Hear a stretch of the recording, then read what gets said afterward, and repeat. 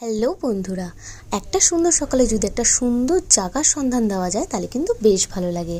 আজকে আমি যাব কোচবিহারের এক ঐতিহ্যের জায়গায়, তা তোমাদের অবশ্যই দেখাও, তোমরা দেখতে থাকো।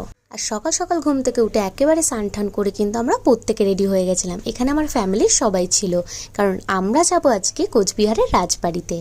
দাঁড়াও দাঁড়াও, শুধুমাত্র একটা জায়গায় নয়, এছাড়া আরও একটা জায়গায় যাব, যেটা হচ্ছে কোচবিহারের মদনমোহন মন্দির, যেই জায়গাটা কিন্তু খুবই বিখ্যাত। মামি বাড়ির সামনেই টোটো স্ট্যান্ড, তাই আমরা সকলে চলে এসেছিলাম টোটো স্ট্যান্ডে এবং আমরা এখান থেকে কিন্তু টোটোতে উঠে গেছিলাম। আমরা বসেছিলাম এই কজন এই গাড়িতে, আর এছাড়া বাদবাকি সবাই আরেকটা টোটোতে বসেছিল। এখান থেকে প্রায় 1 ঘন্টা মতন লাগবে।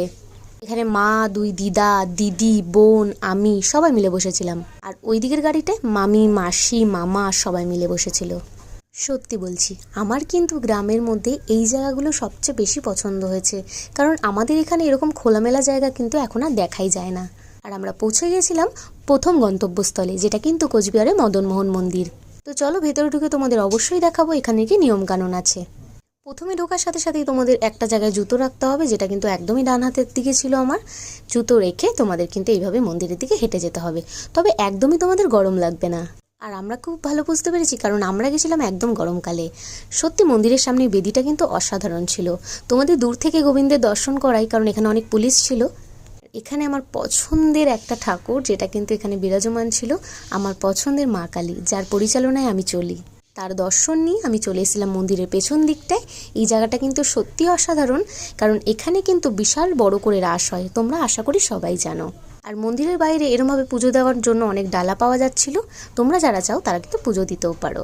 আর অপোজিটেই একটা ঘাট ছিল এই মদনমোহন মন্দিরের। তো এখান থেকে আমরা 10 টাকা ভাড়া নিয়ে চলে গেছিলাম রাজবাড়িতে। তবে রাজবাড়িতে ঢোকার আগে একটু খাওয়া দাওয়া করতে হবে, কারণ ভেতরে তো কোনো খাওয়া দাওয়ার জায়গাই নেই। তাই সামনে এরকম একটা দোকান দেখেছিলাম, যেখানে ডিম টোস্ট, চা, ঘুগনি সব পাওয়া যাচ্ছিল। সেখান থেকে আমরা ঘুগনি খেয়ে তারপরে কিন্তু রাজবাড়ির ভেতরে ঢুকলাম, কারণ ভেতরে ঢোকানোর সময় আমি তোমাদের ঠিক করে দেখাতে পারিনি, ওখানে চেকিং চলছিল।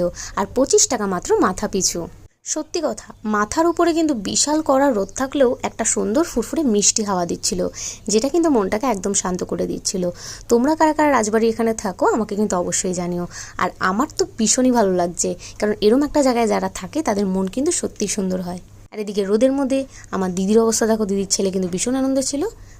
আর আমি জানি না কতটা তোমাদের রাজবাড়ি আমি দেখাতে পারছি, কিন্তু তার থেকেও বেশি আমি নিজে ফিল করতে পারছি চোখের সামনে থেকে দেখে। আর রাজবাড়ির ভেতরে ঢোকার পর বাইরেটা ঠিক এরকম লাগছিল। আর এখানে আমি বেশ সুন্দর সুন্দর কয়েকটা ভিডিও করেছিলাম, তবে বিশ্বাস করো আমার প্রত্যেক কটা ভিডিও খুব সুন্দর এসেছিলো। যারা যারা ফটোশ্যুট করতে চাও বা এমন কিছু, তো আমি জানি না এখানে হয় কি না, তবে রাজবাড়ির বাইরে কি তোমরা অবশ্যই করতে পারো।